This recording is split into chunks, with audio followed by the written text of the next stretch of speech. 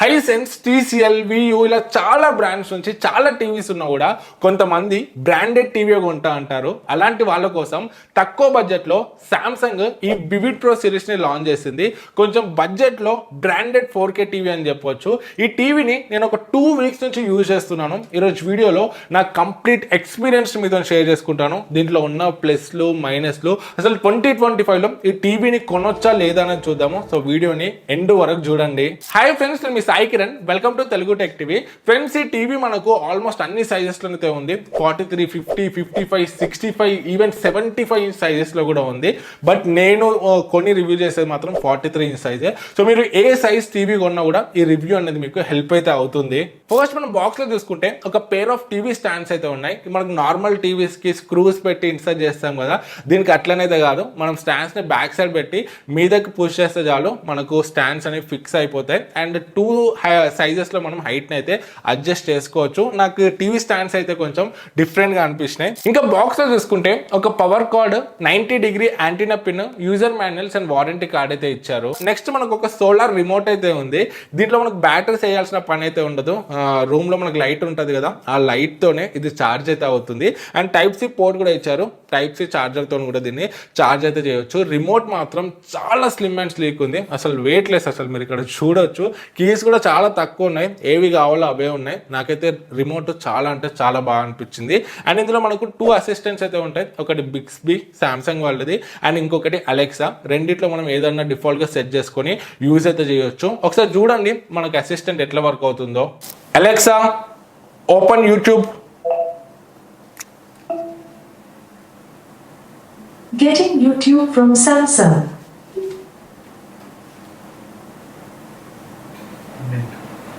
బాక్స్లో వీళ్ళు wall mount అయితే ఇవ్వలేదు. ఒకవేళ మీకు కావాలనుకుంటే ఇన్స్టాలేషన్ పర్సన్ వచ్చినప్పుడు అయితే తీసుకొస్తారు, కావాలంటే వాళ్ళైతే ఇస్తారు. నాకైతే ఫ్రీగానే ఇచ్చారు, ఎటువంటి ఛార్జ్ అయితే చేయలేదు. ఫ్రెండ్స్, ఇక దీని డిజైన్ అండ్ బిల్డ్ చూసుకుంటే ఇదంతా కూడా మనకు ప్లాస్టిక్ బిల్డ్తోనైతే వస్తుంది. ఫ్రంట్, సైడ్స్, బ్యాక్, కింద స్టాండ్స్ అంతా కూడా ప్లాస్టిక్ బిల్డ్తోనే వస్తుంది. ఈ బడ్జెట్లో మనం వేరే టీవీస్ చూసుకుంటే హైసెన్స్ కానీ వేరే చూసుకుంటే బడ్జెట్ టీవీస్ వాటిలో కూడా మనకు మెటల్ బిల్డ్ అయితే ఇస్తున్నారు. వీళ్ళు కొంచెం మెటల్ బిల్డ్ ఇస్తే బాగుంది అనిపించింది నాకు. అండ్ బ్యాక్ సైడ్ ఫ్లెక్స్ కూడా కొంచెం ఎక్కువనే ఉంది. ప్లాస్టిక్ ఇచ్చిన ఇంకొంచెం క్వాలిటీది ఇస్తే బాగుంది అనిపించింది. ఇంత బ్రాండెడ్ తీసుకుంటాము, వీళ్ళు పిక్చర్ క్వాలిటీ మీద, పిక్చర్ ప్యానెల్ మీద ఎక్కువ ఫోకస్ చేసి బ్యాక్ బిల్డ్ని అయితే కొంచెం తగ్గించారు అనిపించింది నాకు. అండ్ డిజైన్ చూసుకుంటే మనకు బెజల్స్ థిన్గానే ఉన్నాయి, కాకపోతే కొంచెం బార్డర్ అయితే వస్తుంది. ఒక 1 to 2 mm బార్డర్ అయితే ఉంటుంది. మీరు ఇక్కడ చూడొచ్చు, మొత్తం యూనిఫామ్ బెజల్స్ ఉంటాయి. కింద మనకు సామ్సంగ్ బ్రాండింగ్ అయితే ఇచ్చారు. సో ఓవరాల్గా డిజైన్ చూసుకుంటే మాత్రం మనకు కొంచెం ప్రీమియం లుక్కే ఉంటుంది. బిల్డ్ ఇంకొంచెం బెటర్ ఇస్తే బ్యాక్ సైడ్ బాగుంది అనిపించింది. బ్యాక్ సైడ్ కావాల్సిన పోర్ట్స్ అన్ని ఇచ్చారు. ఆప్టికల్ పోర్ట్ అండ్ ఇంకొక USB పోర్ట్ ఇచ్చుంటే బాగుంది అనిపించింది. ఆప్టికల్ పోర్ట్ అయితే మిస్ అవుతుంది. ఇందులో 8-bit 4K 50Hz VID LED panel ని యూజ్ చేశారు. నేను టెస్ట్ చేసినప్పుడు నాన్ HDR లో మాక్సిమం 230 to 250 నిట్స్ బ్రైట్నెస్ వరకు అయితే రీచ్ అయింది. HDR లో మాక్సిమం 270 to 280 నిట్స్ వరకు అయితే రీచ్ అయింది. టెక్నికల్ గా ఇది తక్కువనే చెప్పొచ్చు, ఎందుకంటే వేరే బడ్జెట్ టీవీస్ లో కూడా మనకు 300 అబోన్ అయితే వెళ్తుంది. బట్ ప్రాక్టికల్ గా నేను టెస్ట్ చేసినప్పుడు, వేరే టీవీస్ కూడా పక్కన పెట్టి టెస్ట్ చేసినప్పుడు ఇది చాలా అంటే చాలా బ్రైట్ గానైతే ఉంది. One of the brightest display అనిపించింది నాకు. ఇది ఒక ప్లస్ పాయింటే. కాకపోతే కొన్ని సిచ్యుయేషన్స్ లో ఏమవుతుందంటే ఆల్రెడీ బ్రైట్ ఉన్న సీన్స్ చూసినప్పుడు కొంచెం ఓవర్ బ్రైట్ లెక్కనైతే అనిపిస్తుంది. సో బ్రైట్నెస్ మాత్రం ఈ టీవీలో బాగుందని చెప్పొచ్చు. మీరు హాల్లో పెట్టినప్పుడు పక్కన విండోస్ ఉండి లైట్ పడినా కూడా డిస్ప్లే అయితే విజిబుల్ ఏ ఉంటుంది. ఇది 99% sRGB panel. Each and every colour ని పర్ఫెక్ట్ గా ట్యూన్ చేశారు. ముందు 2023 మోడల్ చూసుకుంటే same Samsung vivid pro model, దాంట్లో మనకు బ్లూ కలర్స్ అనేవి కొంచెము ఎక్కువగా బూస్ట్ చేసేది. బట్ ఈ మోడల్లో మాత్రం అలాంటి ఇష్యూ అయితే ఏం లేదు. కలర్స్ అన్ని కూడా మనకు బ్యాలెన్స్ గానే కనిపిస్తున్నాయి. కాకపోతే ఈ డిస్ప్లే అనేది కొంచెం వైబ్రెంట్ అయితే ఉంటుంది, పంచి కలర్స్ అయితే ప్రొడ్యూస్ చేస్తుంది. అండ్ ఇందులో డైనమిక్ రేంజ్ కూడా చాలా అంటే చాలా బాగుంది. కాకపోతే స్కిన్ టోన్స్ మరీ బ్రౌన్ లేవు, అండ్ అలా అని మరీ వైట్ కూడా లేవు, కొంచెం మిడిల్లోనైతే ఉన్నాయి. కొన్ని సిచ్యువేషన్స్ లో ఫేస్ మీద లైట్ ఎక్కువ పడినప్పుడు కొంచెం ఓవర్ బ్రైట్ లా అయితే నాకు అనిపించింది కొన్ని మూవీస్ చూసినప్పుడు HDR కంటెంట్ లో. మళ్ళీ HDR కంటెంట్ లో నాకైతే ఈ ఇష్యూ అయితే ఏం అనిపించలేదు. ఈ టీవీ మనకు 2800:1 కాంట్రాస్ట్ రేషియోతో వస్తుంది. కాంట్రాస్ట్ లెవెల్స్ అనేవి చాలా బాగున్నాయి. షార్ప్నెస్ కూడా మోర్ దెన్ ఎనఫ్ అనిపించింది. ఈవెన్ బ్లాక్స్ కూడా చాలా బాగా ట్యూన్ చేశారు. మరి డీప్ బ్లాక్స్ అని నేను చెప్పాను, కాకపోతే నా దగ్గర ఉన్న QLED టీవీస్ ని కూడా నేను పక్కన పెట్టి అయితే కంపేర్ చేశాను. నాకు ఇందులో బ్లాక్స్ మాత్రము చాలా అంటే చాలా ఇంప్రెస్ చేసింది. అండ్ ఇంకొకటి, మనం యూట్యూబ్ కానీ వేరే ఏమైనా మూవీస్ చూసినప్పుడు బార్డర్స్ ఉంటాయి కదా, బ్లాక్ బార్డర్స్, వేరే టీవీలో చూసుకుంటే అవి కొంచెం ఫేడ్ లెక్కనైతే కనిపిస్తాయి, బ్లాక్ అండ్ వైట్ ఫేడ్ లో కనిపిస్తాయి. బట్ దీంట్లో మాత్రం కంప్లీట్ గా బ్లాక్ గానే అయితే కనిపించాయి నాకు. అండ్ ఇంకొకటి, యూట్యూబ్ లో నేను ఒక కంప్లీట్ బ్లాక్ వీడియో ప్లే చేసి చూసాను కొన్ని అవర్స్ ది. అది ప్లే చేసినప్పుడు నాకు దీంట్లో డిస్ప్లే అనేది స్టార్టింగ్ ఫ్యూ సెకండ్స్ వరకు అట్లనే కొంచెం బ్లాక్ అండ్ వైట్ ఫేడ్ లెక్క అనేది కనిపించింది. బట్ కొంతసేపు అయినాక డిస్ప్లే అంతా కూడా కంప్లీట్ గా బ్లాక్ అయితే అయిపోయింది. సో బ్లాక్స్ వచ్చినప్పుడు మాత్రం ఇది బాగా సెన్స్ చేసుకొని కంప్లీట్ గా బ్లాక్ అయితే చేస్తుంది. నా దగ్గర ఉన్న వేరే టీవీస్ అన్నిటితో కూడా నేను కంపేర్ చేశాను. సోనీ అండ్ సామ్సంగ్ లో బ్లాక్స్ వచ్చినప్పుడు ఇట్లనైతే ఆటోమేటిక్ గా సెన్స్ చేసి కంప్లీట్ గా బ్లాక్ చేస్తుంది. మళ్ళీ నేను వేరే బడ్జెట్ హైసెన్స్ QLED టీవీ చూశాను, అండ్ MI LED టీవీ చూశాను, కొడాక్ LED టీవీ చూశాను. ఇవన్నీ చూసినప్పుడు వాటిలో బ్లాక్స్ కంప్లీట్ బ్లాక్ వీడియో పెట్టినా కూడా కంప్లీట్ గా బ్లాక్ అయితే అయిపోవట్లేదు. బట్ ఇది మాత్రము టీవీ ఆఫ్ అయిపోయింది అన్నట్టయితే అవుతుంది. నాకు చాలా బాగా అనిపించింది. ఇది VA ప్యానల్ కాబట్టి టీవీ కొంచెం సైడ్ నుంచి చూస్తే పర్లేదు, బట్ మరీ సైడ్కి వెళ్తే మాత్రం ఎక్స్ట్రీమ్ యాంగిల్స్ నుంచి చూస్తే ఒక 25% వరకు మీకు కలర్ షిఫ్ట్ అయితే కనిపిస్తుంది. అంటే కలర్స్ కొంచెం ఫేడ్ అయినట్టయితే అనిపిస్తుంది. బట్ మీకు డిస్ప్లే అనేది వ్యూయింగ్ అయితే బాగానే ఉంటుంది, కాకపోతే కలర్ షిఫ్ట్ అయినట్టయితే అనిపిస్తుంది. దీని అప్స్కేలింగ్ లెవెల్స్ టెస్ట్ చేద్దామని చెప్పేసి నేను కొన్ని old songs and old movies అయితే ప్లే చేసి చూశాను. అతిథి మూవీ ఇవన్నీ కూడా ప్లే చేసి చూశాను. సో మనకు 720p ఉన్న వీడియోని కూడా 1080p లాగా అప్స్కేల్ చేసి అయితే చూపిస్తుంది.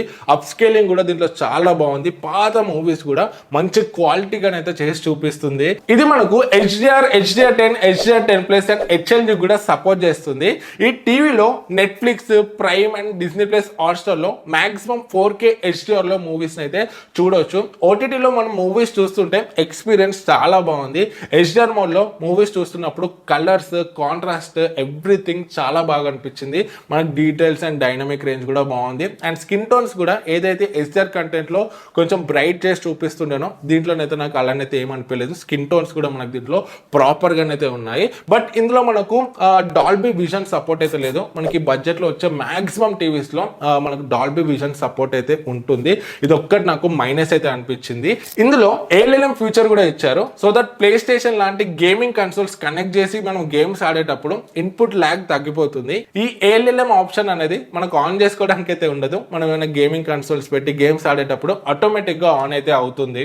ఓవరాల్ గా డిస్ప్లే ఎక్స్పీరియన్స్ చూసుకుంటే మీరు HDR కంటెంట్ చూసినా, SDR కంటెంట్ చూసినా కూడా చాలా ప్రీమియం ఎక్స్పీరియన్స్ అయితే వస్తుంది. చాలా రిచ్ కలర్స్ ఉన్నాయి అండ్ డీటెయిల్స్ బాగున్నాయి, డైనమిక్ రేంజ్ బాగుంది, బ్లాక్స్ కూడా బాగున్నాయి. సో డిస్ప్లే మాత్రం మిమ్మల్ని సాటిస్ఫై అయితే చేస్తుంది. మనం వీడియోస్ చూస్తున్నప్పుడే ఆడియో అండ్ వీడియో సెట్టింగ్స్ ని డైరెక్ట్ స్క్రీన్ మీద నుంచే చేంజ్ అయితే చేసుకోవచ్చు. ఇక్కడ సెట్టింగ్స్ బటన్ ని క్లిక్ చేస్తే మనకి ఇవన్నీ కూడా వస్తాయి. ఇక్కడ 4 పిక్చర్ మోడ్స్ అయితే ఉన్నాయి. డైనమిక్ ఒకటి, నెక్స్ట్ స్టాండర్డ్ ఒకటి, రెండు కూడా మనకు దగ్గరనే ఉంటాయి. డైనమిక్ లో స్లైట్ గా కలర్స్ అనేవి పంచ్ అయితే కనిపిస్తాయి స్లైట్ గా. అండ్ నెక్స్ట్ మనకు ఎకో మోడ్ అని ఉంది. దీంట్లో పవర్ కొంచెం సేవింగ్ అవుతుంది అంటున్నారు వీళ్ళు. ఇది నాకు అంత యూస్ఫుల్ అయితే అనిపించలేదు. అండ్ నెక్స్ట్ మనకు మూవీ మోడ్ అండ్ ఇంకా ఫిల్మ్ మేకర్ మోడ్ అని ఉంది. ఈ రెండు కూడా మనకు ఆల్మోస్ట్ సేమే ఉంటాయి. కొంచెం వార్మర్ కలర్స్ అయితే కనిపిస్తాయి. స్లైట్ నేచురల్ లుక్ లెక్కనైతే అనిపిస్తుంది, మీరు ఇక్కడ చూడొచ్చు. బట్ ఓవరాల్ గా HDR అండ్ SDR అన్ని కంటెంట్ చూసేటప్పుడు నాకు స్టాండర్డ్ మోడ్ కొంచెము బ్యాలెన్స్డ్ అనిపించింది అన్నిటితోని కంపేర్ చేస్తే. నెక్స్ట్ ఆడియో డిపార్ట్మెంట్ చూసుకుంటే ఇందులో మనకు 20 వాట్ స్పీకర్స్ అయితే ఉన్నాయి. And for the first time ఒక టీవీలో స్పీకర్స్ కి సౌండ్ రిఫ్లెక్స్ పోర్ట్ అయితే చూస్తున్నాను. నాకు ఇది కొంచెము డిఫరెంట్ గా అయితే అనిపించింది. అండ్ నా దగ్గర వేరే టీవీస్ కూడా ఉన్నాయి 20 వాట్ స్పీకర్స్ అని. ఆ టీవీస్ తో కూడా నేను సౌండ్ క్వాలిటీని అయితే చెక్ చేశాను. అప్పుడు నాకు అర్థమైంది ఏంటంటే దీంట్లో లౌడ్నెస్ అనేది కొంచెం నాకు తక్కువ అనిపించింది. కాకపోతే దీంట్లో మనకు యాంప్లిఫై మోడ్ అని ఒక ఆప్షన్ అయితే ఉంటుంది. దాన్ని ఆన్ చేసుకుంటే మనకు లౌడ్నెస్ అనేది కొంచెం ఇంక్రీజ్ అయితే అవుతుంది.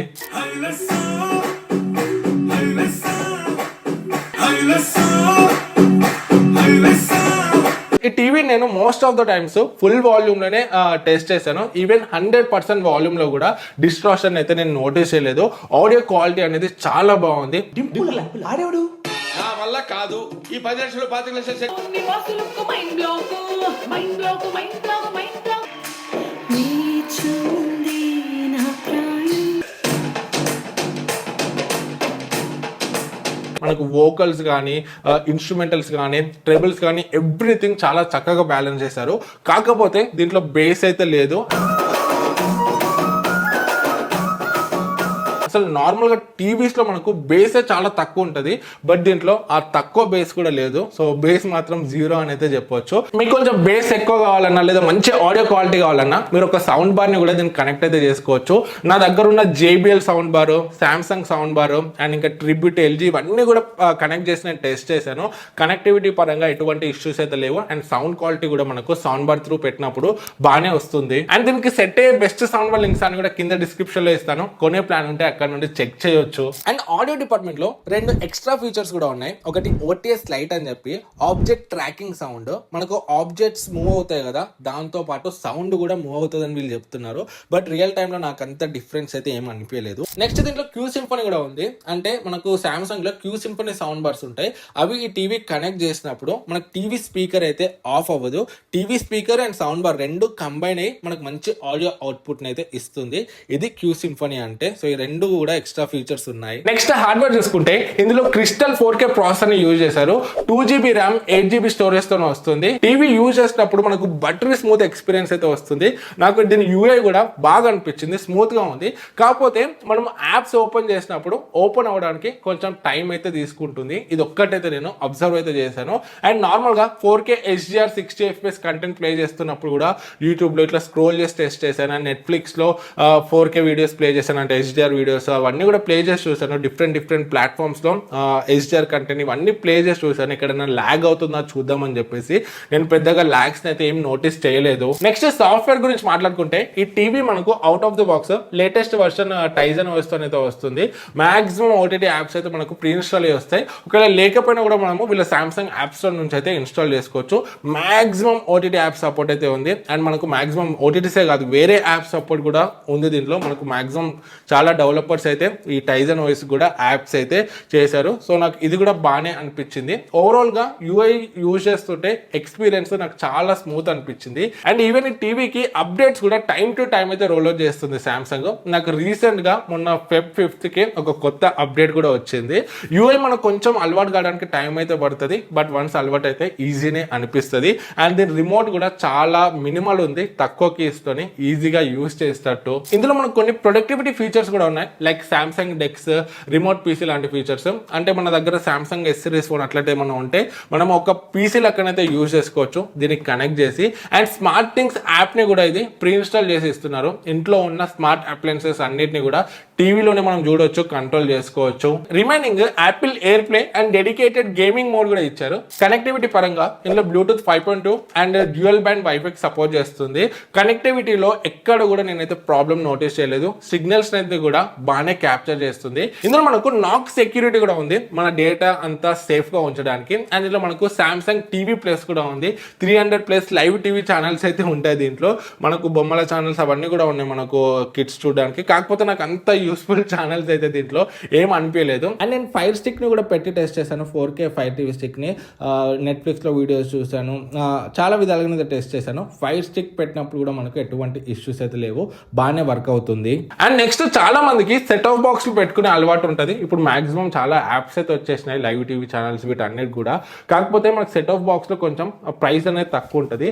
దీంట్లో కూడా మనకు ఇన్బిల్ట్ గా ఒక సెట్ ఆఫ్ బాక్స్ అయితే ఉంటుంది, GTPL అని చెప్పేసి. సో దాని సబ్స్క్రిప్షన్ ప్లాన్ ప్రైసెస్ కూడా మనకు కొంచెం తక్కువ ప్రైస్ అయితే ఉంటుంది. మనం ఎటువంటి వైర్ లేకుండా, ఎటువంటి సెట్ ఆఫ్ బాక్స్ లేకుండా లైవ్ టీవీ ఛానల్స్ ఇవన్నీ కూడా ఎంజాయ్ అయితే చేయొచ్చు GTPL వాళ్ళ సర్వీసెస్ కి రీఛార్జ్ చేసుకుంటే. ఇది కూడా నాకు కొంచెం బాగా అనిపించింది. ఈ టీవీ మనకు 1 year comprehensive and 1 year additional panel వారంటీతో వస్తుంది.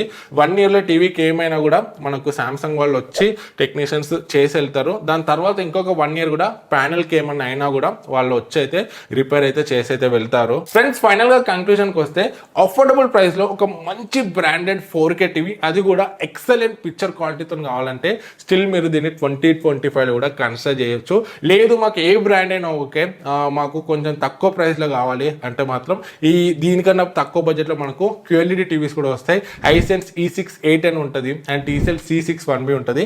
మీరు వాటిని కూడా కన్సిడర్ చేయొచ్చు. లేదు మాకు మంచి బ్రాండ్లోనే కావాలి, కొంచెం ఒక 2-3 వేలు ఎక్కువైనా పర్లేదు, సామ్సంగ్ బ్రాండ్లోనే కావాలి, ఇంకా మంచి ప్రీమియం ఎక్స్పీరియన్స్ కావాలి, మంచి పిక్చర్ క్వాలిటీ కావాలంటే మీరు దీన్ని కూడా కన్సిడర్ అయితే చేయొచ్చు. అన్ని బెస్ట్ టీవీ లింక్స్ కింద డిస్క్రిప్షన్లో ఇస్తాను, దీని లింక్ కూడా కింద డిస్క్రిప్షన్లో ఉంటుంది. కొనే ప్లాన్ ఉంటే ఆ లింక్స్ యూజ్ చేసి పర్చేస్ చేయండి. మీకు ₹1 కూడా ఎక్కువ అవ్వదు, బట్ మన ఛానల్ కొంచెం ఫైనాన్షియల్గా సపోర్ట్ చేసిన వాళ్ళు అయితే అవుతారు. ఇట్లాంటి టీవీస్, సౌండ్ బార్స్ ఇవన్నీ కొని టెస్ట్ చేసి మీ ముందుకు జెన్యూన్ రివ్యూస్ తీసుకురావడంలో హెల్ప్ అయితే అవుతుంది. సో ఈ వీడియో మీకు యూస్ఫుల్ అవుతుంది అనుకుంటాను. ఏమైనా డౌట్స్ ఉంటే కమెంట్స్లో అడగండి, మాక్సిమం రిప్లై ఇవ్వడానికి ట్రై చేస్తాను. వీడియో నచ్చితే లైక్ అండ్ సబ్స్క్రైబ్ చేయడం మర్చిపోకండి. జై హింద్.